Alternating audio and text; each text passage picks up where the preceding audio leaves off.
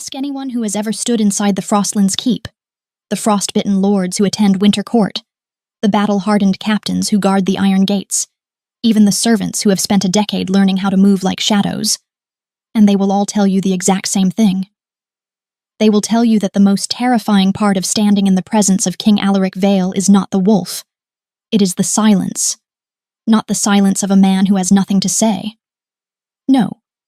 This is a different, colder thing entirely. It is the silence of a man who has already decided, who has already judged, who has already seen through every wall you built around yourself and found the soft, frightened creature hiding behind it. It is the silence of a ruler who conquered 6 northern territories without ever once raising his voice. A king crowned not by ceremony but by the kind of war that leaves no songs behind, only ash and stillness, and a throne no one else dared to claim. They say Alaric Vale feels nothing. They say the grief that carved him young left no room for softness. They say his wolf, a black-coated beast so enormous that armed men have stepped back from it on reflex, is the only living thing he trusts, and even then, only barely. History, as it turns out, is almost always written by people who were too afraid to look closely. And what Lyra Fenwood was about to discover, standing in the entrance corridor of the Frostlands Keep in a dark green gown she had chosen entirely too carefully for someone claiming not to care, was that the most dangerous thing about the Alpha King was not his silence at all. It was the fact that he could hear every single thought inside her head. But we are getting ahead of ourselves. Before we step into that throne room, before the bond tears open like a wound that refuses to close, before the king goes perfectly, devastatingly still in his iron seat, you deserve to understand the woman walking toward him. Because Lyra Fenwood had a secret she had been keeping for 10 years, and it was considerably more embarrassing than treason. Before we continue, please hit the subscribe and like button and tell me which city you're tuning in from. I love to know where this story found you. Now let's dive in. She had been 16 the first time she saw him. It was a winter procession through the lower territories, the kind of public display that Alpha Kings performed once a decade to remind the outer reaches who held the north. Lyra had been standing in a crowd of villagers on a frost-dusted road, wrapped in her mother's spare cloak, holding a basket of dried herbs and absolutely no expectations for the afternoon. Then Alaric Vale rode through on a grey destrier, wearing a silver wolf cloak and an expression that suggested the entire world had mildly inconvenienced him, and Lyra's entire understanding of herself quietly rearranged. It was not simply that he was striking, though he was. Storm-dark eyes, a jaw like carved winter stone, a scar along his left cheekbone that somehow made him look more like a man than a monument. It was the way he sat in the presence of power, as though it was nothing, as though the wolf moving silently beside his horse, and the rows of armed men at his back, were simply the furniture of his ordinary life. As though ruling the Frostlands was not a burden he performed for an audience, but something he simply was, the way wolves are wolves, and winter is winter. Lyra had gone home that evening and done something she would spend the next decade refusing to fully acknowledge. She had started paying attention. Not in a dangerous way.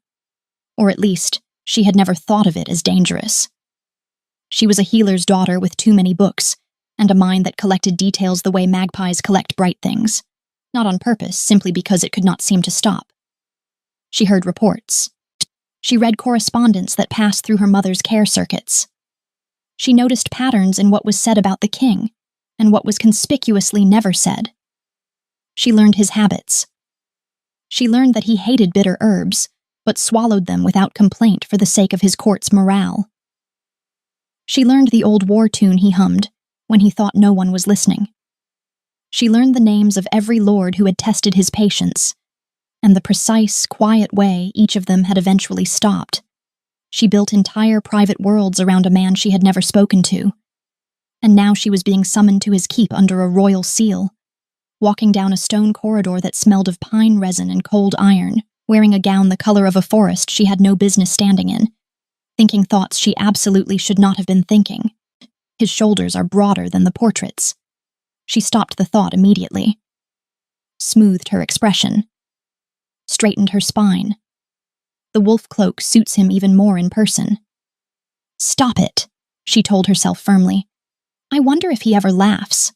I wonder what his voice sounds like when no one is watching him perform the role of—" The throne room doors opened. Lyra stepped through. King Alaric Vale sat on his iron-carved seat at the far end of the hall, one hand resting on the throne's arm, the black wolf curled at his feet like a second shadow. He was reading a document when she entered. He did not look up immediately. The fire in the wall sconces cast him in amber and dark gold, and he looked, if anything, even more unfairly, impossibly, beautiful. He looks like something carved from winter that forgot to stay cold. Alaric looked up, and in the space between one heartbeat and the next, something in the hall went profoundly, unnaturally still. The wolf raised its head. The king's eyes found hers, steady, dark, unreadable. And then something moved behind them. Something sharp and startled that had no business appearing on the face of the most feared man in the northern reaches. Lyra noticed none of it. She was too busy trying to arrange her face into the expression of a perfectly ordinary woman, with perfectly ordinary thoughts, standing before a king she had most certainly never fantasized about in her entire life. She had no idea he could already hear every word. He recovered faster than she deserved credit for making him lose composure in the first place. By the time Lyra had crossed the full length of the throne room and stopped at the appropriate distance, close enough to be respectful, far enough to pretend she was not acutely aware of every detail about him that the portraits had failed to capture, Alaric had returned his expression to its default state of carved, impenetrable calm. He set the document aside. "Lyra Fenwood," he said. "Healer's daughter, Northern Territory, Outer Reach." "Yes, Your Majesty." His voice is worse in person. I was not prepared for his voice. Alaric did not blink. "You were summoned regarding the border census. Your mother treated wounded men from the Western Garrison. We need her records." "Of course." Lyra folded her hands in front of her, a gesture she had practiced specifically for situations requiring composed dignity. "I brought copies. My mother's handwriting is difficult, but I've annotated everything for clarity." I annotated them 3 times. I rewrote the entire second ledger because the first version had a water stain and I didn't want him to think we kept poor records. I don't know why I care what he thinks. I absolutely know why I care what he thinks. Stop it. Something shifted almost imperceptibly at the corner of his mouth. "Thorough," he said. "My mother taught me that detail is a form of respect. Also, I have been reading reports about your garrison casualties for 2 years, and I knew exactly what questions you would ask, and I wanted to be ready. And this is a completely normal thing that any person would do when summoned before a king, and not at all evidence of a decade long." "How long have you worked alongside your mother?" Lyra blinked. "Since I was 12. Your Majesty." "And before that?" "Reading, mostly." She paused. "The Keep archives, whenever I could access them. History, court records, medical texts, battle records, supply chain analyses, territorial maps, anything that mentioned the Frostlands, anything that mentioned—" She stopped the thought with the internal equivalent of a door slamming shut. Alaric studied her with the unhurried patience of a man who had learned that silence made people say things they had not planned to. The wolf at his feet shifted slightly, its amber eyes fixing on Lyra with an attention that felt uncomfortably intelligent. The wolf has extraordinary eyes. They're almost the same color as his. I wonder if that's a bonding thing, if alpha kings and their wolves begin to resemble each other over time, or if he simply— "Do not look at his jaw. You are looking at his jaw." "You seem composed," Alaric said, for someone standing in front of the throne. "You seem—" Lyra stopped herself, recalibrated. "I was raised to be practical, Your Majesty. I am not composed. I am performing composure with the desperation of a woman who has imagined this exact room in embarrassing detail, and is now discovering the reality is significantly more overwhelming than the imagination, which I did not think was geometrically possible." The wolf made a low sound, not threatening, something stranger than that, almost like amusement. Alaric's gaze dropped briefly to his wolf, then returned to Lyra. "The Western Garrison records," he said. "Your annotations mentioned an irregularity in the supply deliveries. 3rd quarter, last year." Lyra straightened slightly. Here, at least, she was on solid ground. The timing was inconsistent with the route distances. The deliveries logged as arriving from the northern depot, but the condition of the provisions suggested a longer transit, at least an additional 3 days of travel, which means either the records are wrong or the route changed without formal notation. She said it cleanly, without hesitation, because she had thought about it for 2 weeks, and she knew she was right. Alaric was quiet for a moment. In the silence, Lyra became aware that she was still standing very straight and had forgotten to look appropriately deferential.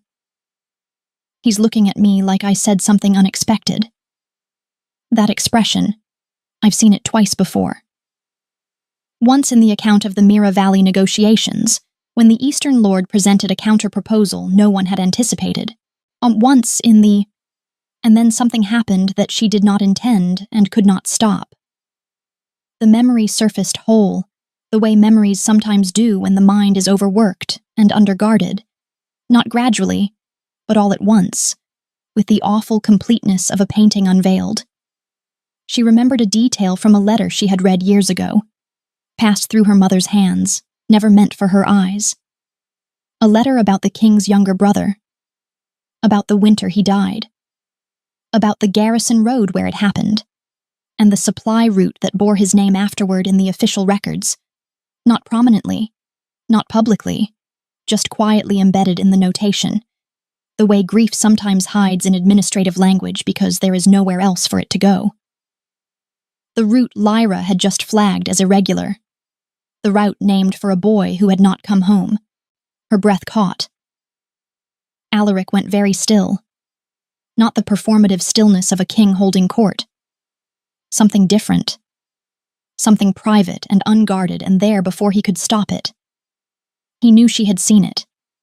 He knew because he had heard it arrive in her mind before she had even fully recognized it herself. Not gossip, not rumor, but real and careful knowledge. Held gently, the way someone holds a thing they understand is fragile. The wolf lowered its head slowly.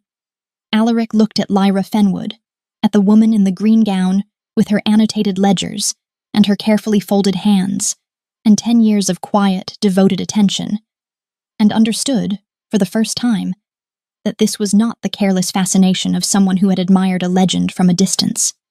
She had been watching him the way people watch someone they are afraid of losing, and she had never once spoken a word of it aloud. The Frostlands court had a particular talent for making observation feel like exposure. Lyra had understood this in theory. She had read enough court histories to know that noble gatherings functioned less like social occasions and more like extended exercises in mutual surveillance.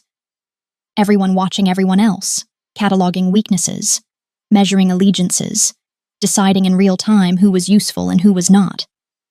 She had understood it intellectually, the way you can understand that fire burns without having stood inside one.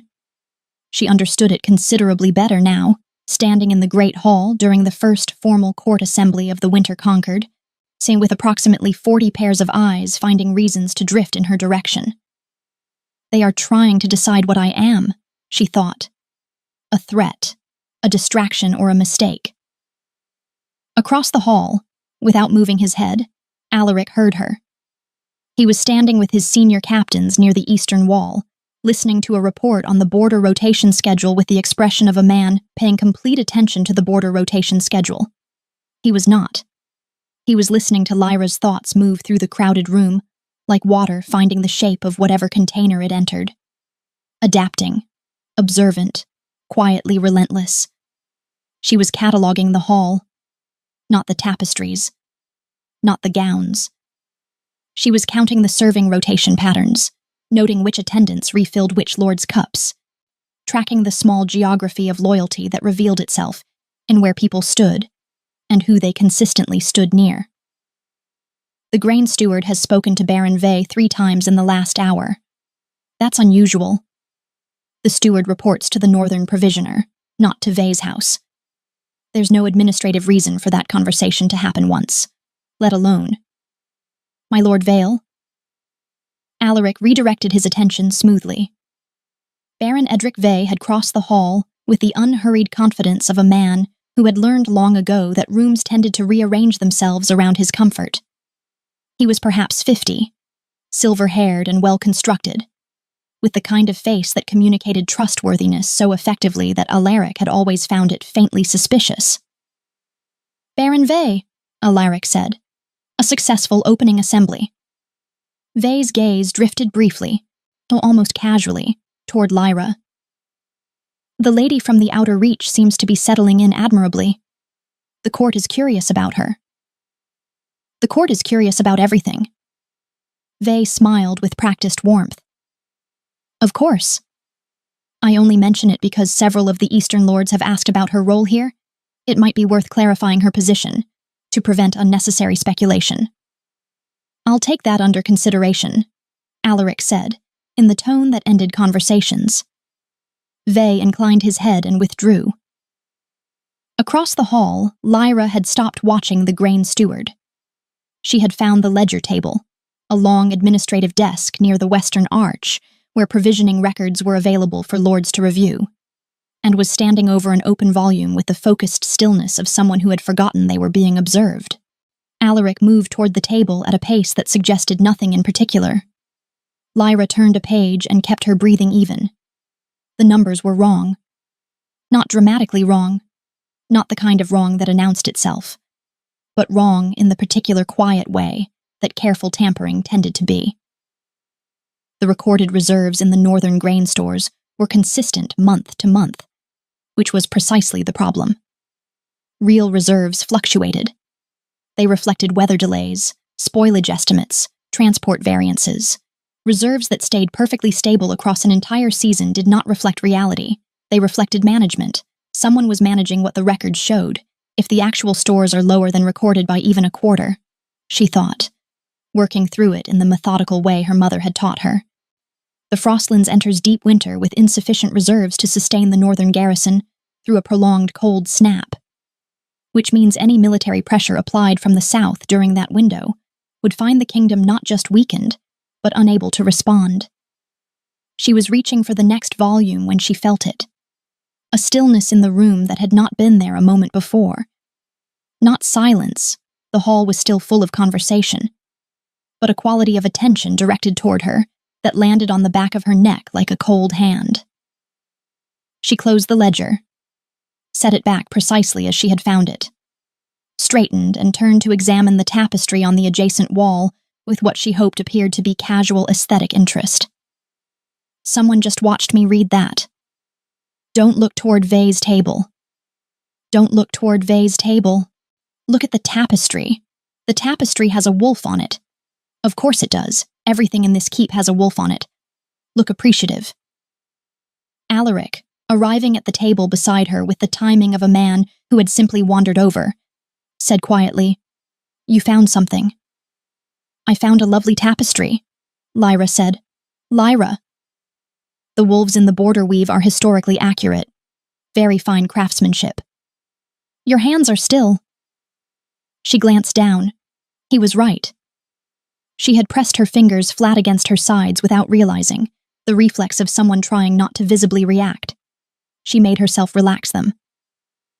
"Someone is watching me," she said, barely above a murmur. "And I don't think it's because of you." He said nothing. He didn't need to. She could feel him listening. And then the memory she had been pressing down all evening rose without permission, surfacing the way suppressed things always do when the mind is tired and the guard slips. A cloaked figure.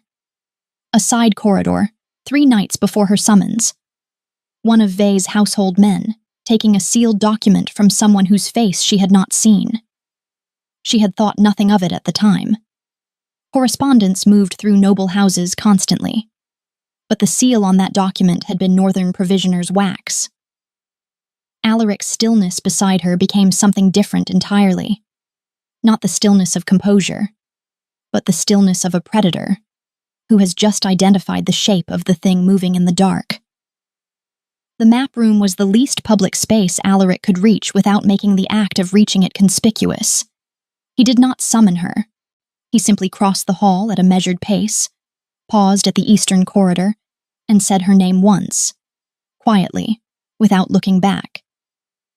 Lyra followed, because apparently a decade of paying attention to the Alpha King had calibrated her to the particular frequency of his authority, even when it was barely above a murmur. The door closed behind them. The map room smelled of parchment and cold stone and the faint mineral sharpness of ink. Charts covered every wall, territorial boundaries, supply routes, garrison positions marked in precise notation. A long oak table ran the length of the room's center, spread with the winter planning documents his council had been reviewing for weeks. Lyra stood on the opposite side of the table from him, which felt both sensible and transparent. "Tell me about the corridor," Alaric said. "I'm not certain what I saw." "Tell me anyway." She did, methodically, in the careful way she had organized her mother's ledgers, placing each detail in sequence without embellishment. 3 nights before her summons. The East Servants' corridor near the provisioning annex. Late enough that the passage should have been empty. A cloaked figure whose build and bearing suggested a man of standing, not a servant. One of Vey's household staff. She recognized the livery on the second figure. Dark gray with the silver thread border Vey's house used for senior attendants. "The document," Alaric said. "You saw the seal." For a moment, when the transfer happened, the outer wrap shifted. She paused, pressing the memory.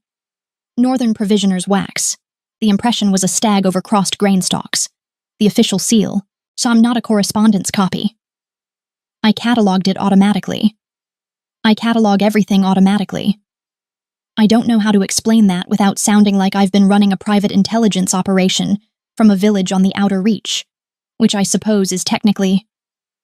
That seal authorizes movement of reserve documentation, Alaric said. Only 3 people hold it. He did not say the names aloud, but she heard the calculation in his silence. "One of them is Vey's provisioner contact," Lyra said. "The steward I mentioned. He has access." Alaric moved along the table to the supply route maps without responding, tracing a line with 2 fingers from the northern depot south toward the western pass. Lyra watched his hands and made a disciplined effort to keep her thoughts on the actual crisis. The scar on his left hand continues from the cheekbone. I never knew that. The portraits never showed. Stop. Treason. Focus on the treason. "The western route," she said, moving around the table to stand beside him, close enough to point, far enough to maintain the fiction that she was a composed person. "Here. The altered transit times I flagged in the garrison records. If you overlay them against the reserve drawdown periods, the gap aligns. Someone is pulling from the stores during the alteration window, when the paperwork shows movement but the destination is unverified."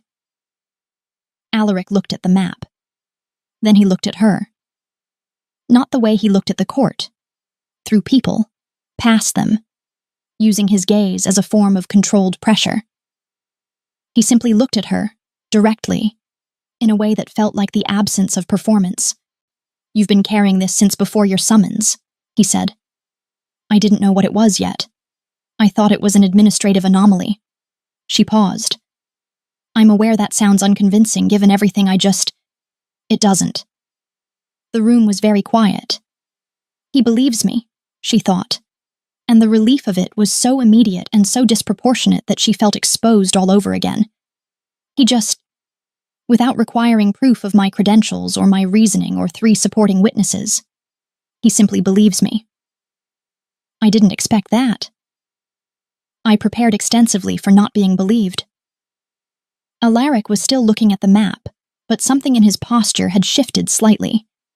A degree of tension releasing that she suspected very few people had ever been positioned closely enough to notice. She noticed it. Of course she noticed it. She had been studying the architecture of his restraint for years. He carries it alone, she thought, not meaning to. Not directing it anywhere, just understanding it suddenly and completely.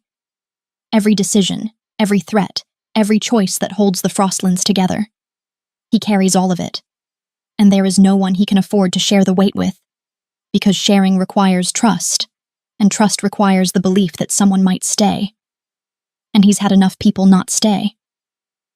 She was not aware that the thought had moved through her with the clarity of spoken words until she felt the quality of the silence change.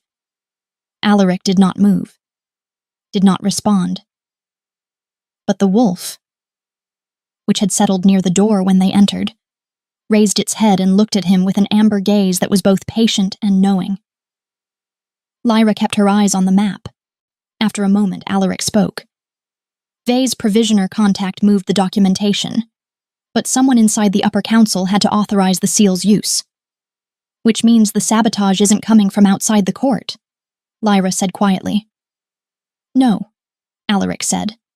It never was. The map lay between them, the western route marked in careful ink, and beneath its notations, hidden in the clean language of logistics, the shape of a betrayal that had been building all winter.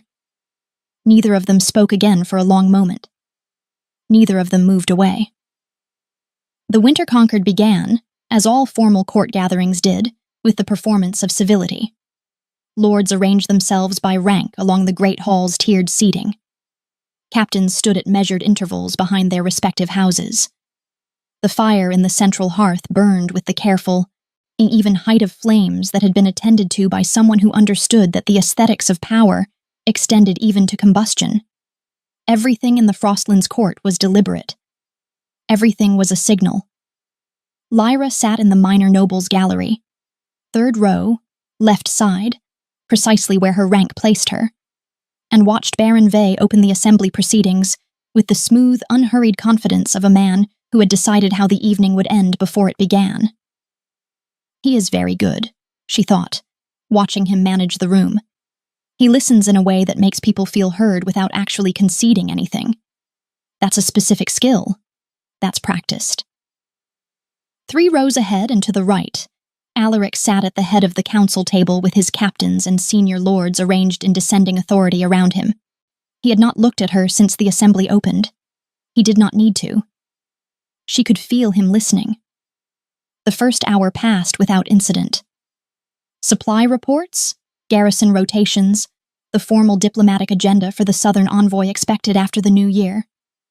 Lyra kept her hands folded, and her expression attentive, and her thoughts as organized as she could manage, which was increasingly difficult because Vey kept glancing in her direction with the patient, measuring quality of a man who was not looking at her, but rather at what he intended to do with her. The moment arrived during the provisioning review. My lords? Vey rose with practiced ease, addressing the assembly at large. Before we proceed, I find myself compelled by duty to raise a matter of court propriety. He paused with the timing of someone who had rehearsed the pause. It has come to my attention that the young woman recently summoned from the outer reach, the healer's daughter, Lyra Fenwood, has been spending considerable private time with His Majesty, reviewing sensitive administrative documentation. The hall shifted. Not dramatically, just the subtle atmospheric change of 40 people simultaneously recalculating. I raise this not from personal concern, Vey continued, with the expression of a man deeply burdened by personal concern, but because several of the Eastern lords have noted that her knowledge of our supply chain structure is unexpectedly detailed for someone of her station, her background, her territory. He let the implications settle like snow. Given the pressures we face from the southern houses this season, it seems prudent to ask, who exactly is she, and who sent her here? The silence that followed was the specific, terrible silence of an accusation that has not yet been denied. Lyra went cold from the neck down. He has just called me a spy in front of the full court, she thought, with a clarity that cut through the cold, in language careful enough that there is nothing to directly refute. He has made my knowledge the evidence of my guilt. Every detail I noticed, every pattern I tracked, he has turned all of it into proof of something sinister. And the court will nod because the alternative requires them to consider that one of their own is the actual threat. And then, beneath the cold, something else ignited. He is using me to neutralize Alaric. If the king defends me, he appears compromised. If he stays silent, I am discredited, and the evidence dies with my credibility. And this is not about me at all. I am just the most convenient way to close the door before anyone looks through it. She stood up. She was not entirely certain she had decided to. Her body simply arrived at standing while her mind caught up. My Lord Vey. Her voice came out level. She was genuinely surprised. Since you have raised the question of my knowledge publicly, perhaps the court would benefit from understanding what, specifically, I know. The room's attention relocated to her completely.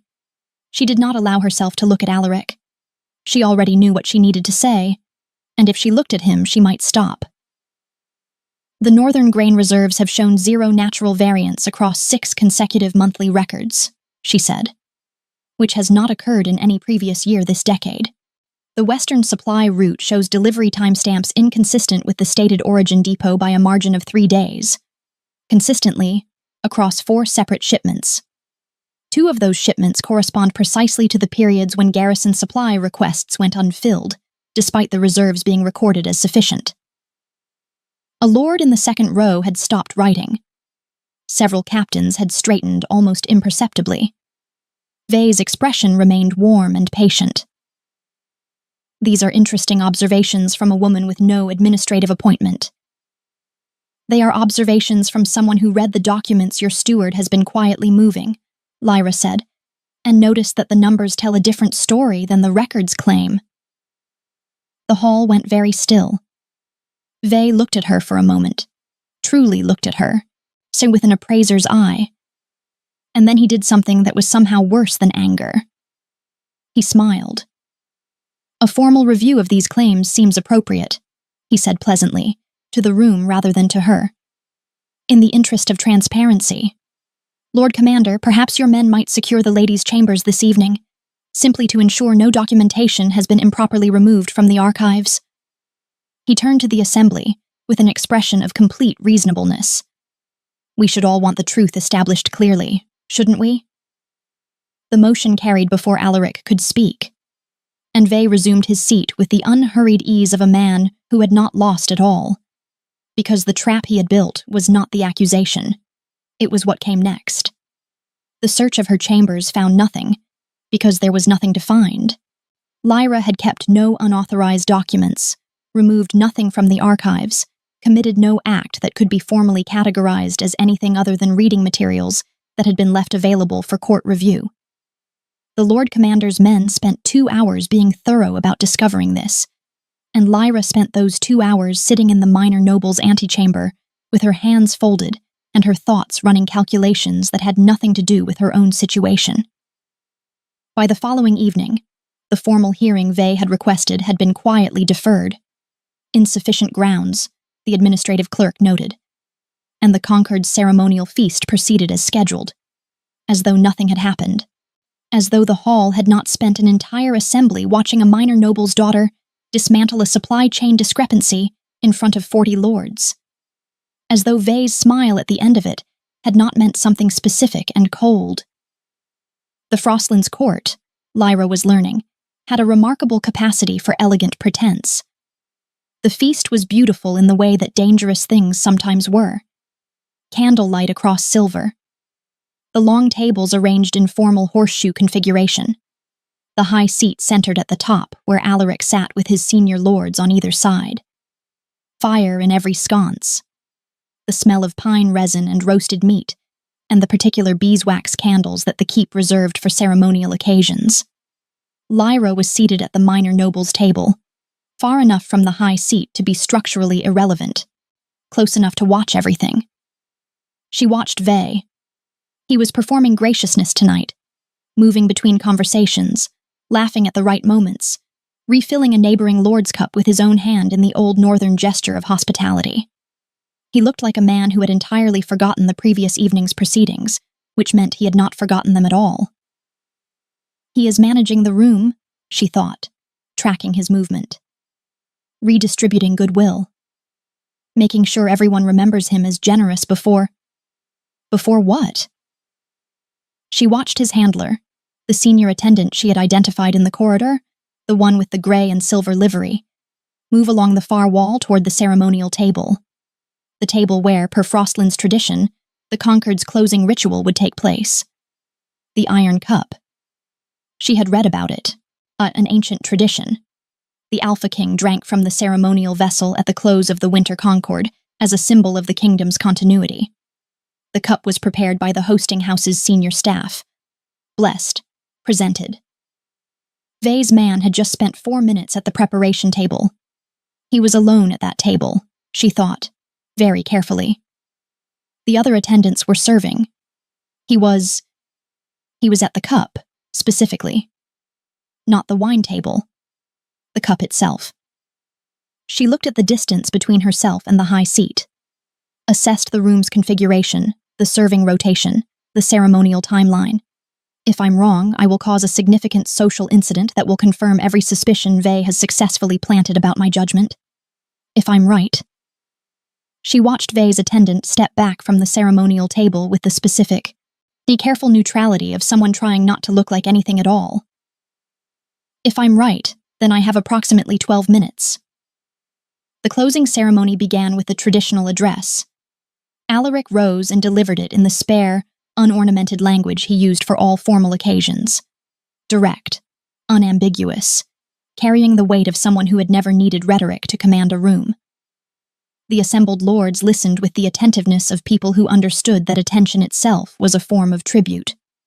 Vay presented the iron cup with both hands and a formal bow, the picture of loyal ceremony. Lyra rose from her seat. She had timed her route carefully, or as carefully as someone could while pretending to do nothing deliberate. She took the path that a person might reasonably take toward the side serving table, which required passing behind the minor lords' chairs, navigating between 2 standing captains, and arriving in the general vicinity of the high table at the precise moment that the iron cup was being passed forward. She caught the smell at 5 feet distance. Faint. Beneath the wine and the beeswax. Something mineral and sweet and wrong in the specific way that her mother had spent 12 years teaching her to recognize. The compound that had no taste but left a mark on stone if you spilled it. That destabilized the blood quietly. That looked like nothing until it was too late to look like anything at all. Alaric's hand closed around the cup. Lyra walked directly into the senior captain standing between her and the high table, bounced off his considerable mass with maximum social catastrophe. She grabbed the nearest thing for balance, which was the ceremonial table's edge, and pulled. The cup left Alaric's hand as the table lurched. It hit the stone floor. The wine spread in a dark fan across the hearthstone, and in the sudden, horrified silence of a court witnessing an incomprehensible act of clumsiness, everyone watched the stone begin to mottle. Not stain, mottle. The grayish chemical corruption that no wine produced, and everyone in the room could now plainly see. The silence changed entirely. Lyra straightened. Her face was flushed, and her gown was wine-splashed, and she looked, by every external measure, like a woman who had just committed the most disastrous social accident in Winter Concord history. "I am so sorry," she said to the room, to the captain, to no one specifically. "I completely lost my footing. I cannot apologize enough." Alaric looked at the mottled stone. Then he looked at her. She did not meet his eyes. She was too busy being visibly mortified. But her thoughts, clear as a bell in the stunned quiet of the hall, said simply, "The attendant in gray livery. He needs to not leave this room." Across the hall, Baron Vay stood very still. He looked at the stone floor, at the evidence that could not be undone, at the woman in the wine-splashed gown who had somehow, impossibly, been in exactly the right place at exactly the right moment. And for the first time since the Winter Concord began, the warmth left his face entirely. The attendant in gray livery did not leave the room. He was detained within minutes, quietly and without spectacle, by 2 of Alaric's personal guard, who had learned long ago that the king's instructions did not require volume to carry authority. The man was taken to the lower keep before most of the court had finished processing what the mottled hearthstone meant. By morning, the Concord's official record would note a regrettable incident involving contaminated ceremonial wine. Source under investigation, No persons harmed, matter in hand. What the official record would not note was that Lyra Fenwood had been moved to the inner keep's eastern corridor rooms before midnight, that her previous quarters had been reassigned to a rotating guard presence, and that the 2 entrances to her new rooms were now staffed at all hours by men whose loyalty Alaric had tested personally. Lyra discovered the extent of these arrangements gradually, the way you discover the dimensions of a room by walking into its walls in the dark.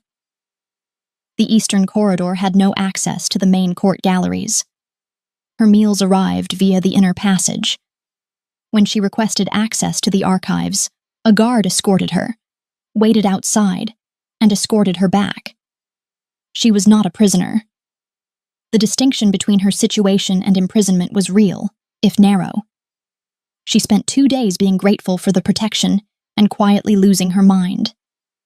He came on the 3rd evening. No announcement. A single knock. And then Alaric was in the doorway with his wolf cloak and his default expression of a man carrying the weight of a kingdom and finding it unremarkable. And Lyra, who had been sitting at the writing desk composing very focused notes about supply chain irregularities, specifically to give her thoughts something safe to do, went completely still. "You are not sleeping," he said. "I'm sleeping adequately. I am sleeping terribly.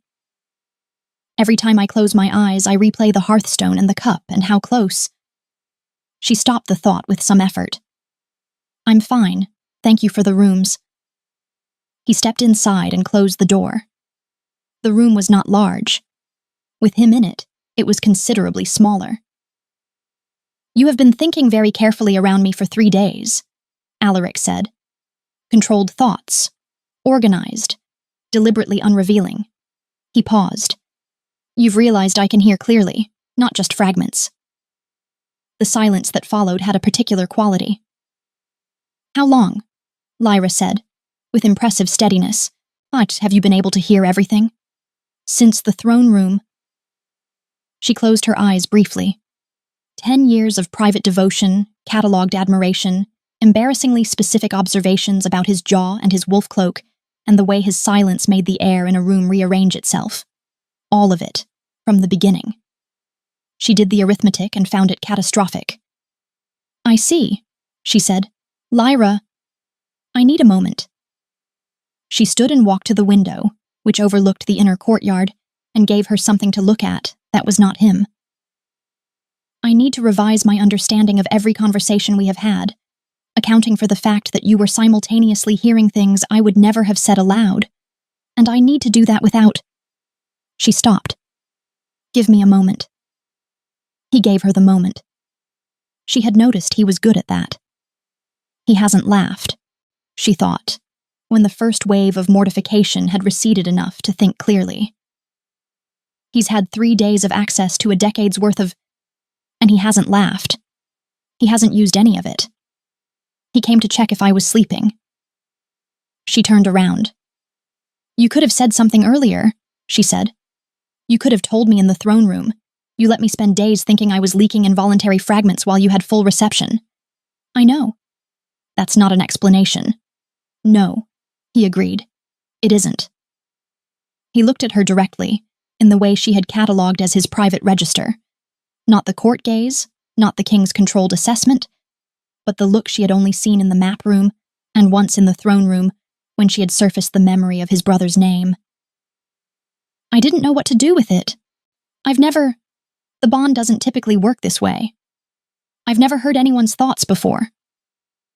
"Lucky first recipient," Lyra said faintly. "You thought I was lonely." She had not expected him to say it that plainly. It landed with the quiet precision of something that had been held carefully and set down with intention. "I thought you were alone," she said, which was different, and they both understood the difference. "That's not the same as weak. I never thought— I want to be clear that nothing I thought about you was diminishing. I was aware you were the most capable man I had ever studied from a distance, and I was simply also aware that capable people can be profoundly alone. I noticed because—" She stopped, "because I recognized it. Because I have been alone in a completely different way, and I knew the shape of it when I saw it from the road at 16. and I never stopped recognizing it. Alaric was quiet for long enough that she could hear the fire. "No one has seen me clearly," he said finally. "In a long time. They see the crown, or the wolf, or the war. They see what I allow." He paused. "You saw the rest of it without my permission, and you kept it like something worth keeping." "I didn't know what else to do with it," she said honestly. The room was very still. Then his expression shifted, just slightly, just enough. And Lyra understood with sudden absolute clarity that she was in genuine danger of a completely different kind than anything Vey had arranged. The wolf, which had been quiet near the door, raised its head sharply. Alaric turned. His guard's voice came low through the door. "My lord, the detained attendant has talked. Vey's moving men into the keep's lower passages. Tonight."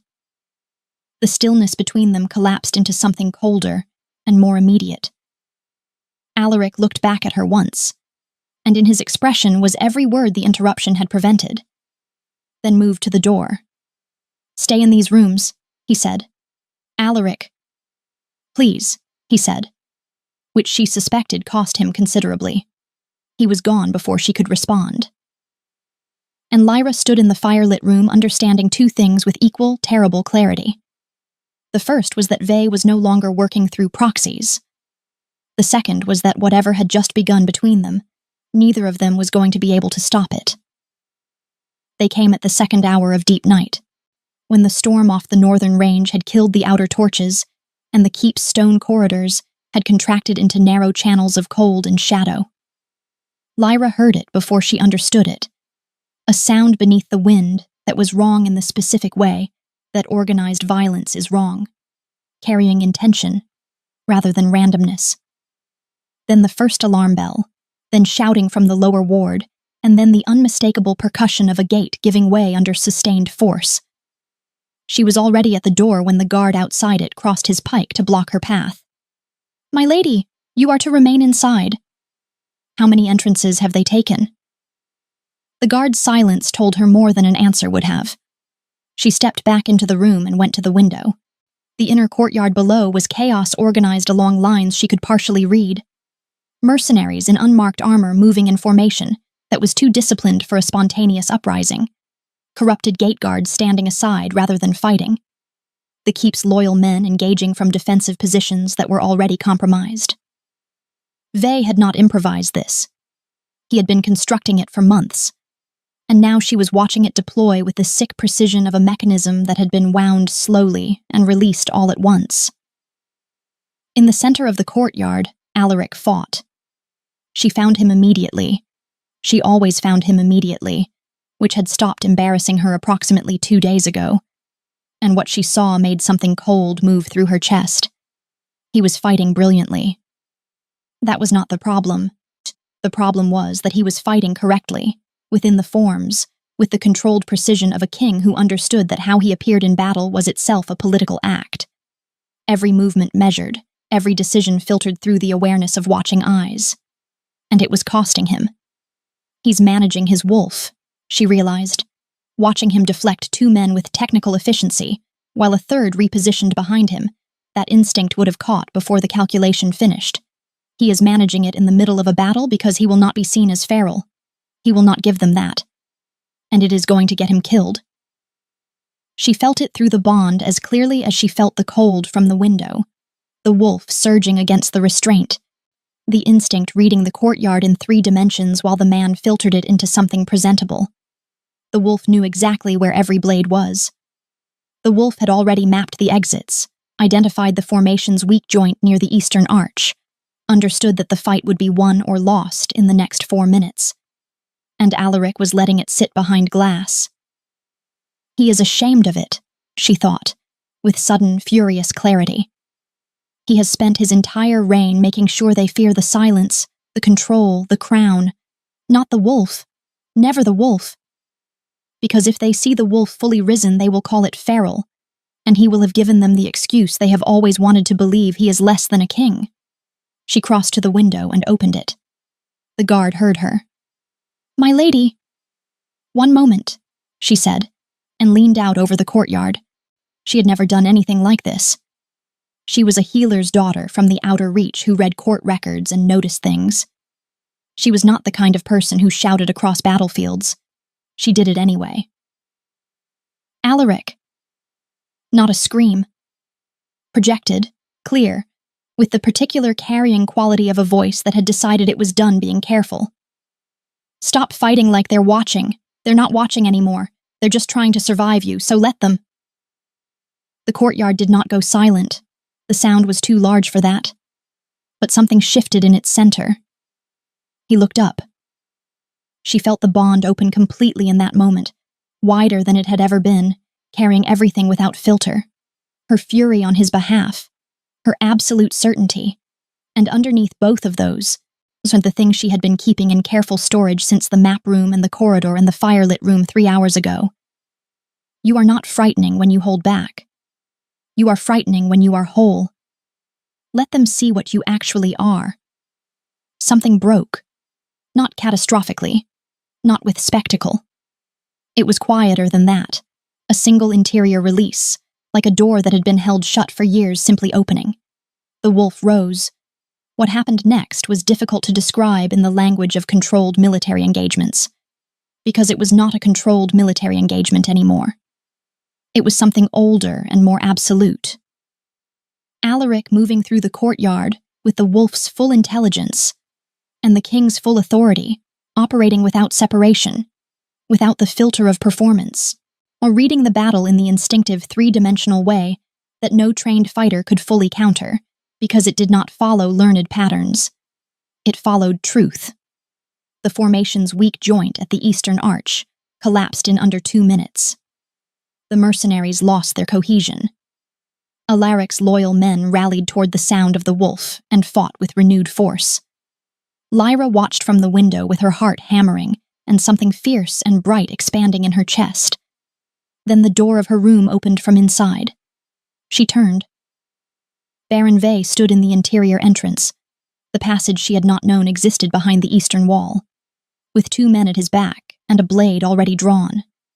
He looked at her with the measured patience of a man who had planned for every contingency. The king, he said pleasantly, is going to want to reconsider his position. Lyra did not scream. She considered it briefly and discarded it on practical grounds. The courtyard below was still loud enough to swallow the sound, and screaming would give Vey the satisfaction of having frightened her, which she was determined to deny him on principle. The passage behind the wall, she said instead. I should have looked for that. Most people don't, Vey said, with the air of someone accepting a compliment. He nodded to his men, and they moved to flank her with the practiced efficiency of people who had done this before. You are remarkably composed for your situation. I'm terrified, Lyra said honestly. I'm simply choosing not to perform it for you. He almost smiled. Then he gestured toward the door. They brought her to the inner courtyard through the lower passage, emerging at the eastern arch, precisely where the fighting had broken. The battle had not ended. It had paused, the way violence sometimes does when something more significant enters the space. Vey's remaining men held a perimeter. Alaric's guard had stopped advancing. In the center of it all, Alaric stood with the wolf at his side and blood on his sleeve that she assessed automatically, and determined was not his. He saw her the moment she appeared. She felt it through the bond before she saw his face change. A sound without sound. Something that had no name in any language she had read, but that she understood completely. Then his expression locked down with a control so absolute it looked like stone, and she knew he was doing the calculation that every king eventually faced. The individual against the institution, the person against the throne. Vey pressed the blade against her throat with elegant, minimal pressure. Enough to make the point. Not enough to be irreversible. Stand down, he said to Alaric, across the courtyard, with the carrying confidence of a man who believed he had finally found the correct lever. Step back, surrender your wolf, and this ends cleanly. The court will accept a regency council. No more blood. Alaric said nothing. The courtyard held its breath. And in the silence, Lyra became aware that her fear had clarified into something very specific, Not the blade. Not Vay's careful smile. Not even death, which she had made a provisional peace with somewhere in the last 30 seconds. She was afraid he would choose correctly. He is a king, she thought, and felt the thought leave her like a stone dropping into still water. And kings make the calculation, the kingdom over the person every time, because that is what the crown requires, and he has never once in his life chosen himself over the duty. He will stand down. He will find another way. He will be the king they need him to be, and I will be the acceptable loss, and he will carry it the way he carries everything. Alone, behind the silence, for the rest of his life. And I cannot even be angry at him for it. I understood who he was before I ever spoke to him. Across the courtyard, something happened to Alaric's face. Not a collapse. Not a fracture.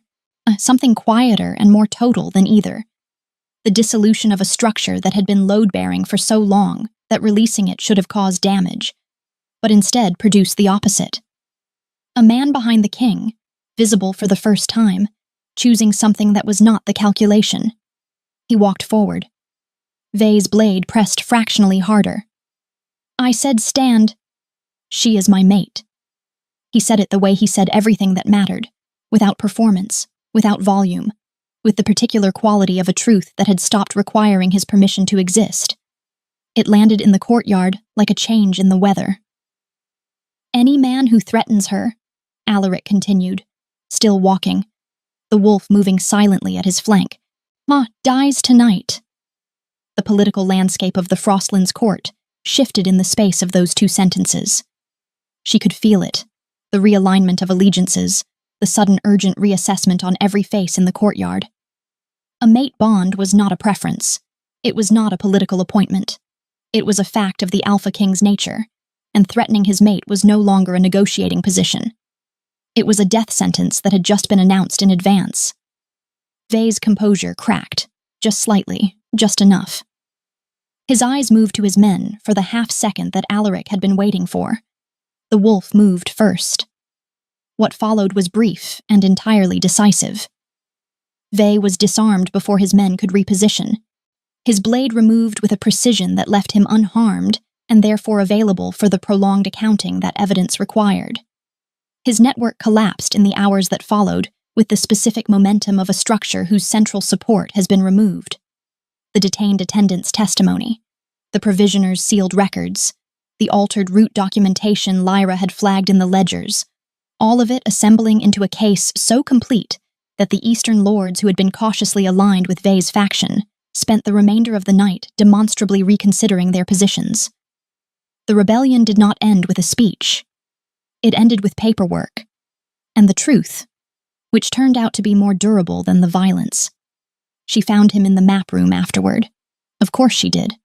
It was where he went when the performance was finished, and the king could briefly stop being a monument.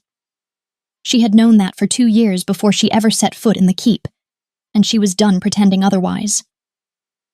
He was standing at the long table, not looking at the maps, when she came in. Lyra closed the door, stood with her back against it, looked at the man who had just declared her his mate in front of his entire court and was now staring at territorial documentation with the focused attention of someone who had used up all their composure and was hoping she wouldn't notice. You heard it, she said. In the courtyard. What I was thinking.